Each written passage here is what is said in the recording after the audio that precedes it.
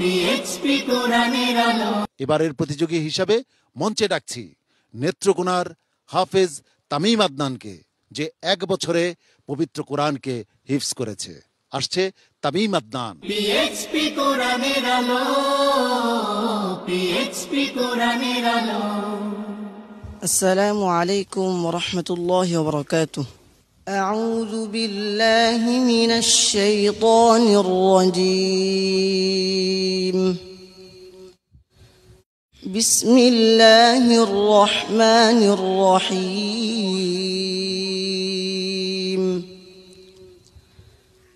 وإلى عاد أخاهم هودا قال يا قوم اعبدوا الله ما لكم من إله غيره إن أنتم إلا مفترون يا قوم لا أسألكم عليه أجرا إن أجري إلا على الذي فطرني أفلا تعقلون ويا قوم استغفروا ربكم ثم توبوا إليه يرسل السماء عليكم مدرارا ثم توبوا إليه يرسل السماء عليكم مدرارا ويزدكم قوة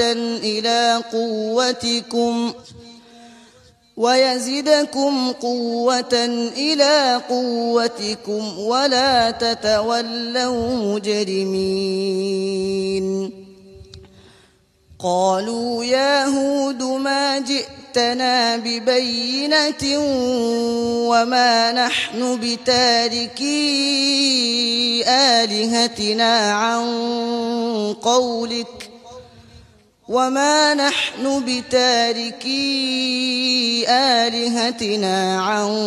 قولك وما نحن لك بمؤمنين إن نقول إلا اعتراك بعض آلهتنا بسوء قال إني أشهد الله واشهدوا أني بريء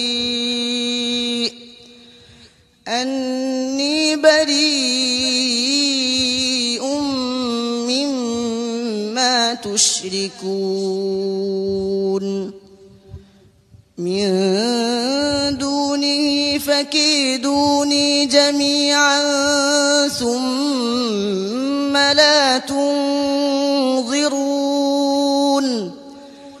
إني توكلت على الله ربي وربكم ما من دابة إلا هو آخذ بناصيتها إن ربي على صراط مستقيم فإن تولوا فقد أبلغتكم ما أرسلت به إليكم ويستخلف ربي قوما غيركم ولا تضرونه شيئا إن ربي على كل شيء حفيظ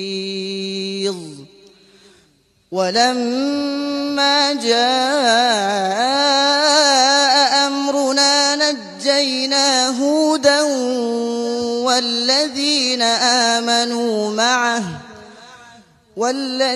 آمنوا معه برحمة منا ونجيناهم من عذاب غليظ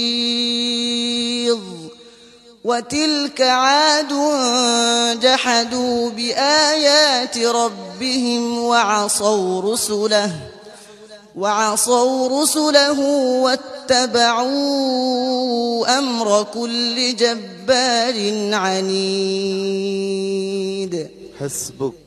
صدق الله العظيم মাশাআল্লাহ, তোমার চমৎকার তিলাওয়াত শুনছিলাম তামিম আদনান। তামিম আদনান তিলাওয়াত করছিল সূরা হুদ থেকে। প্রিয় দর্শক, এই সূরায় আল্লাহ রাব্বুল আলামিন আদ জাতির কাছে হুদ আলাইহিস সালামের যে দাওয়াত, সেই দাওয়াতকে তুলে ধরেছেন। যদি আল্লাহর দেয়া বাণীর পথকে প্রত্যাখ্যান করা হয়, তাহলে তাদের স্থলাভিষিক্ত করা হয় অন্য কোনো জাতিকে এবং গজব দিয়ে ধ্বংস করে দেওয়া হয়। তামিম আদনানের আজকের পারফরমেন্স কেমন ছিল, সম্মানিত বিচারক হাফিজ মাওলানা আবু ইউসুফ সাহেবের কাছ থেকে জেনে আসি। মাশাআল্লাহ, তামিম আদনান, চমৎকার তেলাওয়াত, হৃদয়গ্রাহী তেলাওয়াত। তোমার জন্য অনেক প্রশংসার চেয়ে সবচেয়ে বেশি হলো অনেক অনেক দোয়া।